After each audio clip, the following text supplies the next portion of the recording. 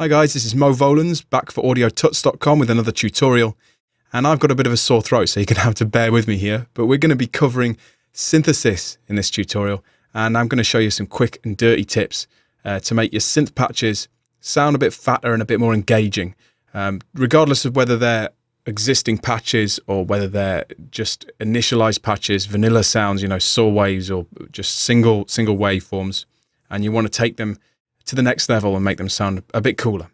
So I've just programmed a really basic sequence here, and I'm using a soft synth with just a basic initialized saw wave. We'll get into what I'm using in a second, but I'll just play you this back.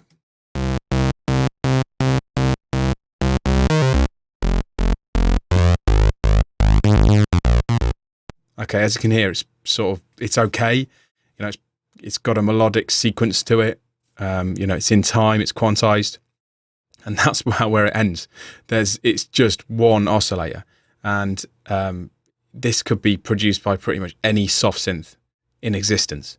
And it's not exactly going to, excite people. So how can we make it sound a bit cooler? First of all, I'm going to show you the soft synth I'm using. I'm using a Virus TI. Now, at this point, I know there's going to be a lot of you saying, I've not got a Virus, so I'm not going to be able to do this. Well, you are, because it's just a subtractive synthesizer. The reason I'm using a Virus, well, is twofold. I've just got it, so I've been playing with it a lot. And also, it does everything that I want to demonstrate. Now, there are going to be some things that your synth maybe doesn't do. So there's maybe going to be some effects here. There's maybe going to be some EQ built in that you haven't got in your soft synth, or maybe you're not going to have this many oscillators, but you can pretty much guarantee that amongst your collection, even if you're running the stock stuff from your DAW, there's going to be a synth in there that covers what I'm doing. So the reason I'm using the Virus, and the main reason, is that everything I'm going to demonstrate is in one synth, so I'm not going to have to switch between lots of synthesizers. So the first thing that I want to show you is some simple tweaks to make the sound a bit more interesting and a bit cooler.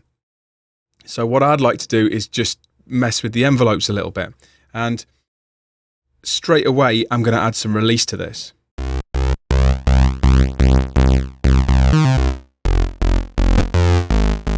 Now, something as simple as adding release, and this is without it,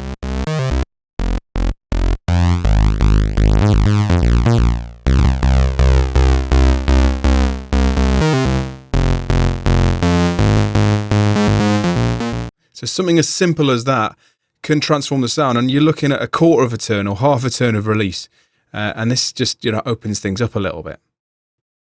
Next up, I'm going to add some simple portamento or glide.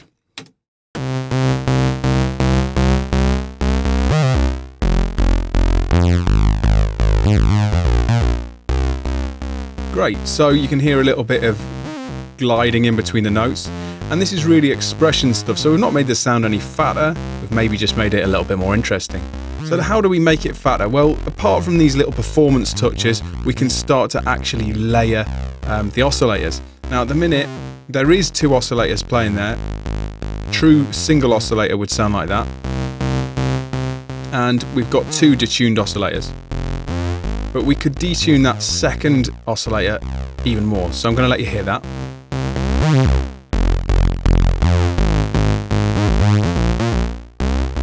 I'll fade between the two.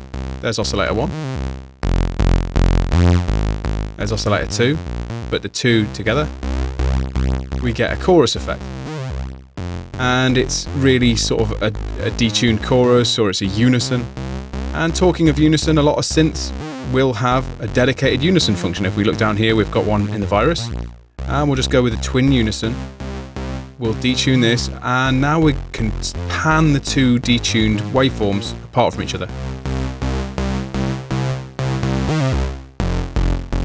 Now straight away, that's a lot fatter. Whether you're into that sound, whether you want to use that as a bass sound, or you find that attractive or not, it's definitely bigger. That's one thing that it's going to achieve. Now, other things we can add, there are other layers we can add to this. We can add some noise. You don't need much of this in the background. And I'm going to turn the noise color up so it's white noise, more or less. but I find a little bit just makes it sound a touch more analog. And we can add some sub-oscillator. We need to turn the third oscillator on.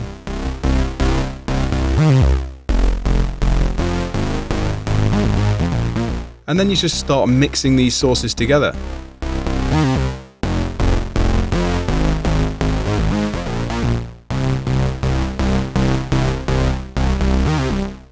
And if you want, you could maybe make one of these oscillators a 7th higher, or just hit shift here.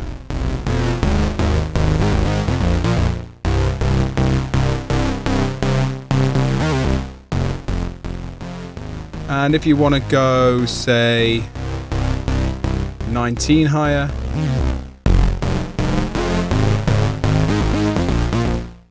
So you've got a 7th plus an octave. Without it, with it. So what are we, 5 or 6 moves in, and we've really fattened the sound up. At this point you can start to play with that release time a little, and we can start to play with the filter a little bit.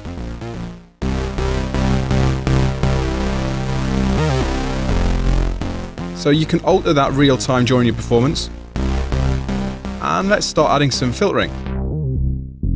Now it's all very good turning the filter up and down, but we want the filter to work in conjunction with the sound. So let's add an envelope. And there's a dedicated filter envelope here. Add a little bit of resonance.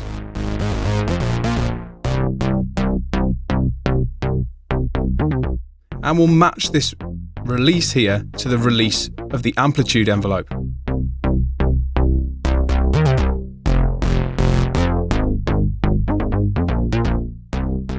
Now we've got a much more interesting bass sound, but I'm finding that it's maybe a little bit clean. So let's add some saturation. Now there's a couple of places in many synths that you can add saturation, but here in the Virus we can add it right here in the filter.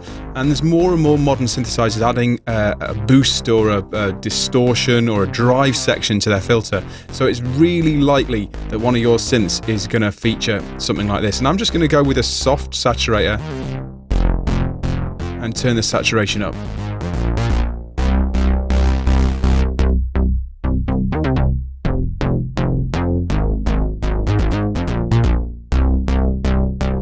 Okay, great. Let's turn the main gain up a little bit.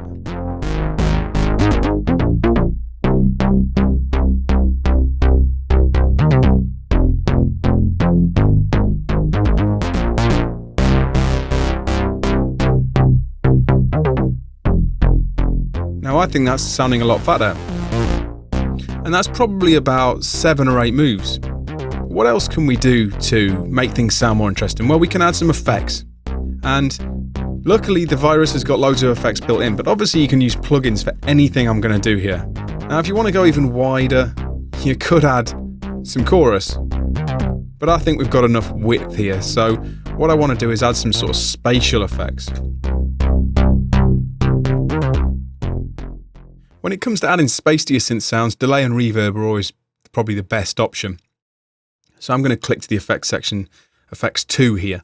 And this shows us some delay and reverb. Now, again, if your synth hasn't got this, something like Rob Papen's synthesizers would be great for adding all these effects, or Omnisphere or something like this. But if you haven't got effects built in, just use a plugin. You know, just add it to an insert chain. And we can start to add maybe some really short delays. I think short delays work pretty well with bass sounds. And I'm also going to sort of color the output, so we're filtering the low end.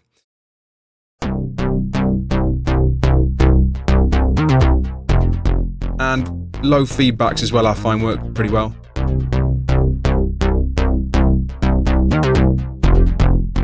Now as we sweep the filter open, we're going to hear that.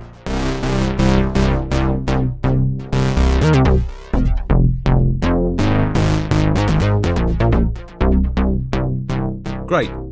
And some short reverb can work pretty well as well. So we're going to go with a small room. Turn that decay down.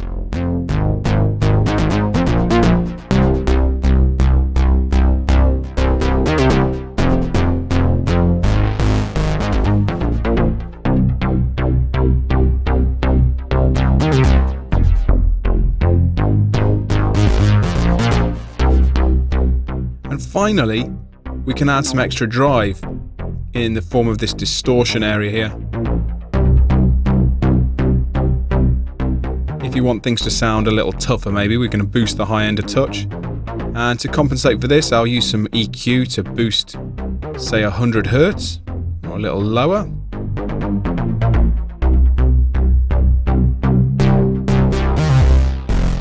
We'll knock that distortion back a touch.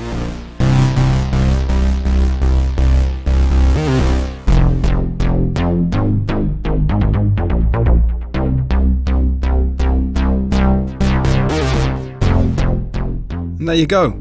We've got a wider, fatter bass in probably 15 moves. You're using filtering, you're using envelopes, some portamento, a couple of effects, a little bit of equalization, and you can go from a simple saw wave to something pretty fat and something certainly usable as a bass sound and pretty classic analog in style. So hopefully that's helped you and it'll get your juices flowing for programming your own analog style bass sounds and synth sounds.